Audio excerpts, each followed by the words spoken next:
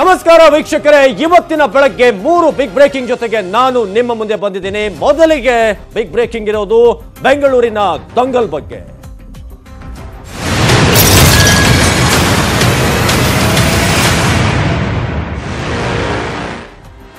ಇದು ಬೆಂಗಳೂರು ದಂಗಲ್, ದೋಸ್ತಿ versus BJP. 3 ಪಕ್ಷಗಳ ಇನ್ಸೈಡ್ ಸ್ಟೋರಿಯನ್ನ ನ್ಯೂಸ್ 18 ಎಕ್ಸ್ಕ್ಲೂಸಿವ್ ಆಗಿ ನಿಮ್ಮ ಮುಂದೆ ಇಡ್ತಾ ಇದೆ.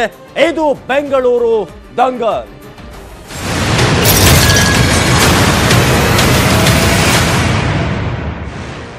ಬೆಂಗಳೂರಿನ 3 ಕ್ಷೇತ್ರಗಳೇ ಅವರ ಟಾರ್ಗೆಟ್. ಆ 3 ಕ್ಷೇತ್ರಗಳಿಗೆ ಭಾರಿ ಫೈಟ್ ಆಗ್ತಾ ಇದೆ.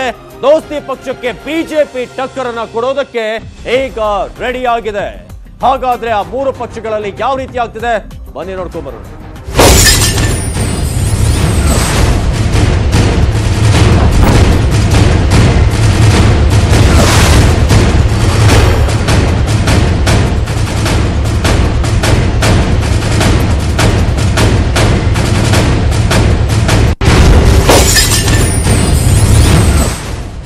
ರಾಜಧಾನಿಯ 3 ಕ್ಷೇತ್ರಗಳೇ ಮೈನ್ ಟಾರ್ಗೆಟ್. ಇದು ಬೆಂಗಳೂರಿನ ದಂಗಲ್. ಆ 3 ಕ್ಷೇತ್ರಗಳಿಗೆ ಭಾರಿ ಫೈಟ್ ಆಗ್ತಾ ಇದೆ.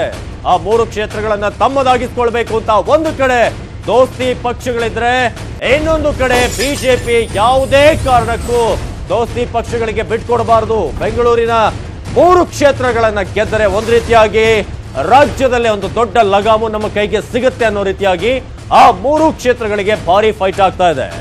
ಒಂದು ಕಡೆ ದೋಸ್ತಿ ಪಕ್ಷಗಳು ಈ ಒಂದು 3 ಕ್ಷೇತ್ರಗಳನ್ನು ಕೂಡ ನಮ್ಮ ತೆಕ್ಕೆಗೆ ಪಡ್ಕೊಳ್ಬೇಕು ಅಂತಿದ್ರೆ, ಇತ್ತ ಬಿಜೆಪಿ ಎಲ್ಲಾ ರೀತಿಯಾಗಿ ಟಕ್ಕರ್ ಕೊಡೋದಕ್ಕೆ ರೆಡಿ ಇದೆ. ಇನ್ನೊಂದು ಕಡೆ ದೋಸ್ತಿ ಪಕ್ಷದ ಒಳಗೆ ಒಂದಷ್ಟು ಫೈಟ್ ಇದೆ ಈ ಸೀಟ್ಗಳಿಗಾಗಿ. ಇನ್ನೊಂದು ಕಡೆ ಬಿಜೆಪಿಯಿಂದ ಕೂಡ ಅದಕ್ಕೆ ತಕ್ಕದಾದ ಉತ್ತರವನ್ನ, ದೋಸ್ತಿ ಪಕ್ಷಗಳ ನಡುವೆ ಇರುವಂತಹ ಗೊಂದಲವನ್ನ, ಆ ಒಂದು ಲಾಭವನ್ನ ಪಡೆಯೋದಕ್ಕೆ ಬಿಜೆಪಿ ತಯಾರಾಗಿದೆ.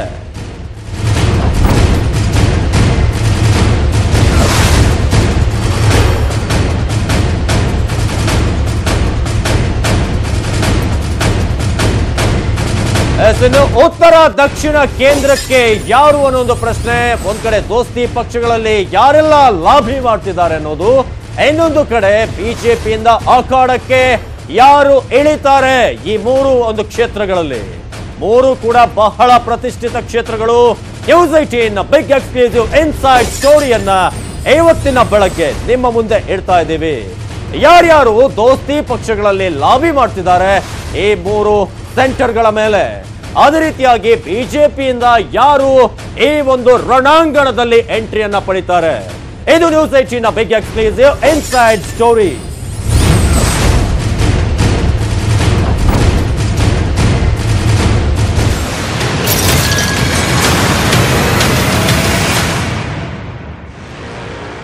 ಮೂರು ಕ್ಷೇತ್ರಗಳಲ್ಲಿ ಒಂದೊಂದೇ ಕ್ಷೇತ್ರಗಳನ್ನ ನಿಮ್ಮ ಮುಂದೆ ಅದರ ಡೀಟೇಲ್ಸ್ ಅನ್ನ ಕೊಡ್ತಾ ಹೋಗ್ತೀವಿ. ಮೊದಲಿಗೆ ಬೆಂಗಳೂರು ಸೆಂಟ್ರಲ್, ಆ ಕ್ಷೇತ್ರದ ಬಿಗ್ ಫೈಟ್ ನೋಡೋದು.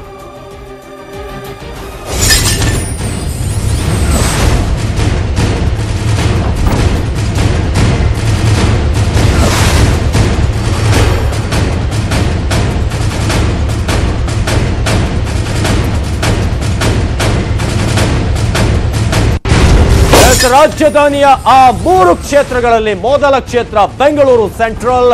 ಈ ಕ್ಷೇತ್ರಕ್ಕೆ ಬಿಗ್ ಫೈಟ್ ಇದೆ. 3 ಪ್ರಭಾವಿ ಕೈ ನಾಯಕರಿಂದ ಈ ಒಂದು ಸೀಟ್ಗಾಗಿ ಫೈಟ್ ನಡೀತಾ ಇರೋದು. ಮೊದಲನೇದಾಗಿ ರಿಜ್ವಾನ್ ಅರ್ಷದ್, ಇನ್ನೊಂದು ಕಡೆ ರೋಷನ್ ಬೇಗ್, ಅದೇ ರೀತಿಯಾಗಿ BK ಹರಿಪ್ರಸಾದ್.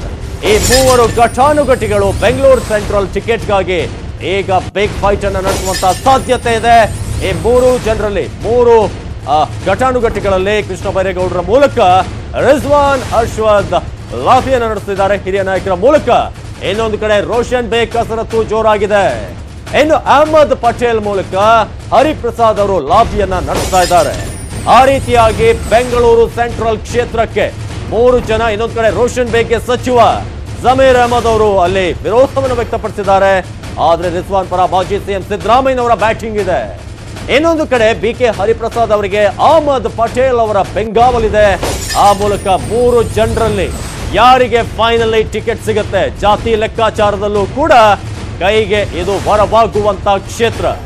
ಜೆಡಿಎಸ್ ಕೈ ಹಿಡಿದು ಗೆದ್ರೆ ಗೆಲ್ತೀವಿ ಅನ್ನೋ ವಿಶ್ವಾಸ, ಕೈ ಹಿಡಿದ್ರೆ ಗೆಲ್ತೀವಿ ಅನ್ನೋದು ಒಕ್ಕಲಿಗರ ಮತ ಬಿದ್ದೆ ಬೀಳುತ್ತೆ ಅನ್ನೋ ಒಂದು ನಂಬಿಕೆ ಕಾಂಗ್ರೆಸ್ಗಿದೆ. ಅದೇ ರೀತಿಯಾಗಿ ಜೆಡಿಎಸ್ ನಮ್ಮ ಕೈ ಹಿಡಿದ್ರೆ ಅಲ್ಲಿ ಗೆಲ್ತೀವಿ ಅಂತ. ಸದ್ಯ ಬಿಜೆಪಿಯ ತೆಕ್ಕಿಯಲ್ಲಿ ಸೆಂಟ್ರಲ್ ಕ್ಷೇತ್ರ ಇದೆ. ಸಂಸದರಾಗಿರೋದು ಬಿಜೆಪಿಯ PC ಮೋಹನ್. ಹಾಗಾಗಿ ಈ ಕ್ಷೇತ್ರವನ್ನ ಈ ಬಾರಿ ನಮ್ಮ ತೆಕ್ಕೆಗೆ ತೆಗೆದುಕೊಳ್ಬೇಕು ಅಂತ ದೋಸ್ತಿಗಳು ಪ್ಲಾನ್ ಮಾಡ್ತಿದ್ದಾರೆ. ಅದರಲ್ಲೂ ಕಾಂಗ್ರೆಸ್ 3 ಘಟಾನುಘಟಿಗಳು ಅಲ್ಲಿ ಲಾಬಿಯನ್ನು ನಡೆಸುವಂತ ಎಲ್ಲ ತಯಾರಿಯನ್ನ ನಡೆಸಿಕೊಂಡಿದ್ದಾರೆ. ಸದ್ಯ ಬಿಜೆಪಿಯ ತೆಕ್ಕೆಯಲ್ಲಿದೆ PC ಮೋಹನ್, ಬೆಂಗಳೂರು ಸೆಂಟ್ರಲ್ನ MP. ಆ ಒಂದು ಸ್ಥಾನವನ್ನ ಬಿಜೆಪಿಯ ಕಡೆಯಿಂದ ನಾವು ಅದನ್ನ ಸೆಳಿಬೇಕು ಅಂತ ಈಗ ಕಾಂಗ್ರೆಸ್ ಲೆಕ್ಕಾಚಾರವನ್ನ ಹಾಕೊಂಡಿದೆ. ಜೊತೆಗೆ ಜೆಡಿಎಸ್ ನ ಒಂದು ಸಾಥ್ ಸಿಕ್ಕಿದ್ರೆ ನಮಗೆ ಒಕ್ಕಲಿಗ ಮತಗಳು ಸಿಗುತ್ತೆ, ಜೊತೆಗೆ ಅಲ್ಪಸಂಖ್ಯಾತ ಮತಗಳೇನಿದಾವೆ ಅದಂತೂ ಪಕ್ಕ ಸಿಗುತ್ತೆ ಅಂತ ಈಗ ಕಾಂಗ್ರೆಸ್ನ ಪ್ಲಾನ್ ಆಗಿದೆ. ಆ ಮೂಲಕ ರಾಜಧಾನಿಯ 3 ಪವರ್ ಒಂದು ಕ್ಷೇತ್ರಗಳಲ್ಲಿ ಮೊದಲನೇದು ಬೆಂಗಳೂರು ಸೆಂಟ್ರಲ್. ಅದರ ಡೀಟೇಲ್ಸ್ ನಿಮ್ಮ ಮುಂದಿದೆ.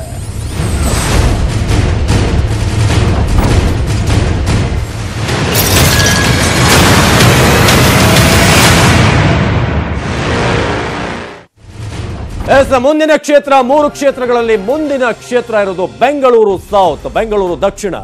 ಅದರ ಮೇಲೆ ಕೂಡ ಕಾಂಗ್ರೆಸ್ ಕಣ್ಣನ್ನ ಹಿಡ್ಕೊಂಡಿದೆ. ಯುವಕರನ್ನ ಅಖಾಡಕ್ಕೆ ಇಳಿಸೋದಕ್ಕೆ ಈಗ ಎಲ್ಲಾ ರೀತಿಯಾದಂತಹ ತಯಾರಿ ಆಗ್ತಾ ಇರೋದು. ಕಾಂಗ್ರೆಸ್ನ ಹಾಟ್ ಫೇವರೇಟ್ ಯಾರನ್ನ ಕಣಕ್ಕೆ ಇಳಿಸೋದಕ್ಕೆ ಕಾಂಗ್ರೆಸ್ ಮುಂದಾಗಿದೆ ಅನ್ನೋದು ವಿಚಾರ. ಯುವಕರನ್ನ ಅಖಾಡಕ್ಕೆ ಇಳಿಸೋದಕ್ಕೆ ಎಲ್ಲಾ ರೀತಿಯಾದಂತಹ ಸಿದ್ಧತೆ ಆಗ್ತಾ ಇದೆ. ಕೈನ ಹಾಟ್ ಫೇವರೇಟ್ ಮಾಜಿ MLA ಅನ್ನೋದು ಸುದ್ದಿಗಳು ಕೂಡ ನ್ಯೂಸ್ 18ಗೆ ಲಭ್ಯವಾಗಿರೋದು. ಹಾಗಾದ್ರೆ ಆ ಯೂತ್ ಐಕಾನ್ ಯಾರು, ಆ ಯೂತ್ ಲೀಡರ್ ಯಾರು ಅಂದ್ರೆ ಬೆಂಗಳೂರು ಸೌತ್ ಅಖಾಡಕ್ಕೆ ಪ್ರಿಯಾ ಕೃಷ್ಣ ಅವರ ಹೆಸರು ಇದೀಗ ಕೇಳಿ ಬರ್ತಾ ಇದೆ. ಬಿಜೆಪಿಯನ್ನ ಮಣಿಸೋದಕ್ಕೆ ಅವರ ಹೆಸರೀಗ ಕೇಳಿ ಬರ್ತಾ ಇರೋದು. ಸಕಲ ತಯಾರಿಯನ್ನು ನಡೆಸಲಾಗ್ತಿದೆ. ಈಗಾಗಲೇ ದೆಹಲಿ ಮಟ್ಟದಲ್ಲಿ ಮಹತ್ವದ ಚರ್ಚೆ ಬೆಂಗಳೂರು ದಕ್ಷಿಣ ಕ್ಷೇತ್ರಕ್ಕಾಗಿ ಆಗ್ತಿದೆ. ಎಂ ಕೃಷ್ಣಪ್ಪನವರ ಪುತ್ರ ಪ್ರಿಯಾ ಕೃಷ್ಣ ಅವರ ವಿಚಾರ, ಜೊತೆಗೆ ರಾಮಲಿಂಗಾರೆಡ್ಡಿ ಹಿರಿಯ ನಾಯಕರು ಅವರ ಹೆಸರು ಕೂಡ ಇಲ್ಲಿ ಕೇಳಿ ಬರ್ತಾ ಇದೆ. ಆದ್ರೆ ಲೋಕಸಭೆಗೆ ಯಾಕೋ ರಾಮಲಿಂಗಾರೆಡ್ಡಿ ಅವರು ಆಸಕ್ತಿಯನ್ನು ವಹಿಸ್ತಾ ಇಲ್ಲ. ಪ್ರಿಯಾ ಕೃಷ್ಣ ಅವರ ಪರವಾಗಿ ರಾಮಲಿಂಗಾರೆಡ್ಡಿ ಅವರು ಬ್ಯಾಟಿಂಗ್ ಅನ್ನ ನಡೆಸ್ತಾ ಇದ್ದಾರೆ. ಒಂದ್ ಕಡೆ ವಿಧಾನಸಭಾ ಎಲೆಕ್ಷನ್ ನಲ್ಲಿ ಪ್ರಿಯಾ ಕೃಷ್ಣ ಅವರು ಈ ಬಾರಿ ಸೋಲನ್ನ ಕಂಡಿದ್ರು. ಆದ್ರೆ ಲೋಕಸಭೆಯಲ್ಲಿ ಆ ಒಂದು ಸೋಲು ಗೆಲುವಾಗಿ ಮಾರ್ಪಾಡಾಗುತ್ತಾ? ಆ ರೀತಿಯಾದಂತಹ ಗೇಮ್ ಪ್ಲಾನ್ಗಳು ರೆಡಿ ಆಗ್ತಾವ. ರಾಜ್ಯ ಕ್ಯಾಬಿನೆಟ್ ಸೇರಿದ್ರೆ ಗೆಲ್ಲಿಸುವಂತ ಹೊಣೆಗಾರಿಕೆಯನ್ನ ಕೂಡ ರಾಮಲಿಂಗಾರೆಡ್ಡಿ ಅವರು ಇದೀಗ ಹೇಳಿದಾರಂತೆ. ಸಚಿವ ಸ್ಥಾನ ಮೇಲಷ್ಟೇ ಈಗ ಅವ್ರಿಗಿರುವಂತಹ ಒಂದು ಆಸಕ್ತಿ, ಆದ್ರೆ ಲೋಕಸಭೆ ವಿಚಾರದಲ್ಲಿ ಸದ್ಯಕ್ಕೆ ಆಸಕ್ತಿ ಇಲ್ಲ ಅಂತ ರಾಮಲಿಂಗಾರೆಡ್ಡಿ ತಿಳಿಸಿದ್ದಾರೆ.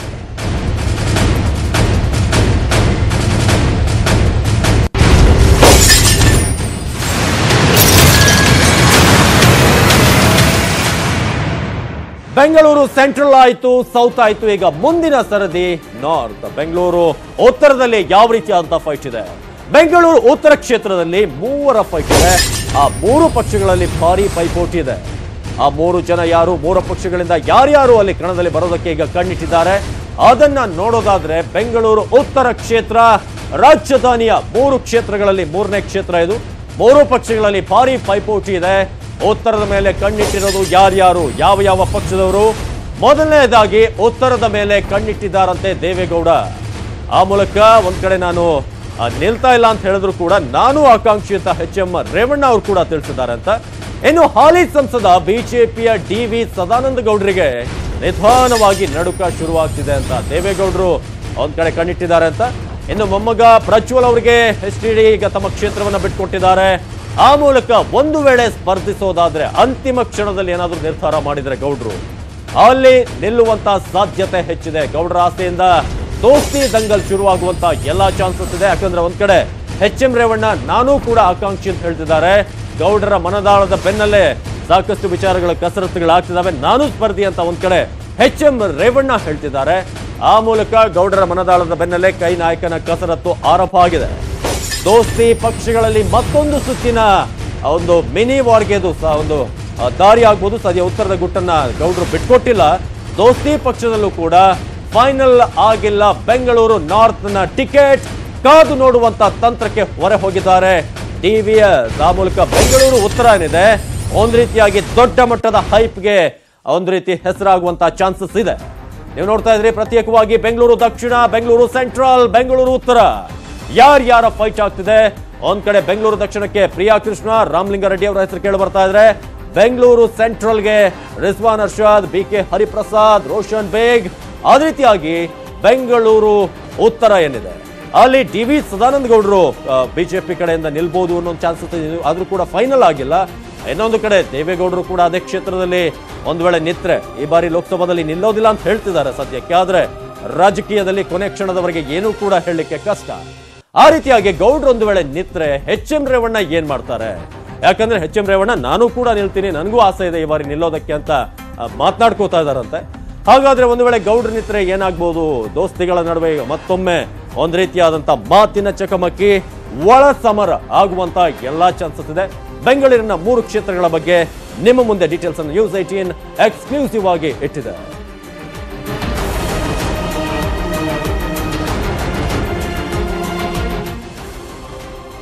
ಈ ಬಗ್ಗೆ ಹೆಚ್ಚಿನ ಮಾಹಿತಿಯನ್ನು ನೀಡ್ತಾರೆ ನ್ಯೂಸ್ ಡೆಸ್ಕ್ ನಿಂದ ನೇರ ಸಂಪರ್ಕದಲ್ಲಿ ನಮ್ಮ ಪ್ರತಿನಿಧಿ ಶ್ರೀನಿವಾಸ್ ಹಳಕಟ್ಟಿ. ಶ್ರೀನಿವಾಸ್, ಬೆಂಗಳೂರಿನ ಕ್ಷೇತ್ರಗಳೇನಿದೆ ಅದು ವಿಧಾನಸಭೆ ಇರಬಹುದು ಅಥವಾ ಲೋಕಸಭಾ ಕ್ಷೇತ್ರಗಳು, ಒಂದು ರೀತಿಯಾಗಿ ಇಲ್ಲಿ ಮ್ಯಾಕ್ಸಿಮಮ್ ಸೀಟನ್ನ ಹೊಡೆದ್ರೆ ಒಂದು ರೀತಿ ಸ್ಥೈರ್ಯ ಇರುತ್ತೆ, ಪಾಸಿಟಿವ್ನೆಸ್ ಇರುತ್ತೆ ಅಂತ.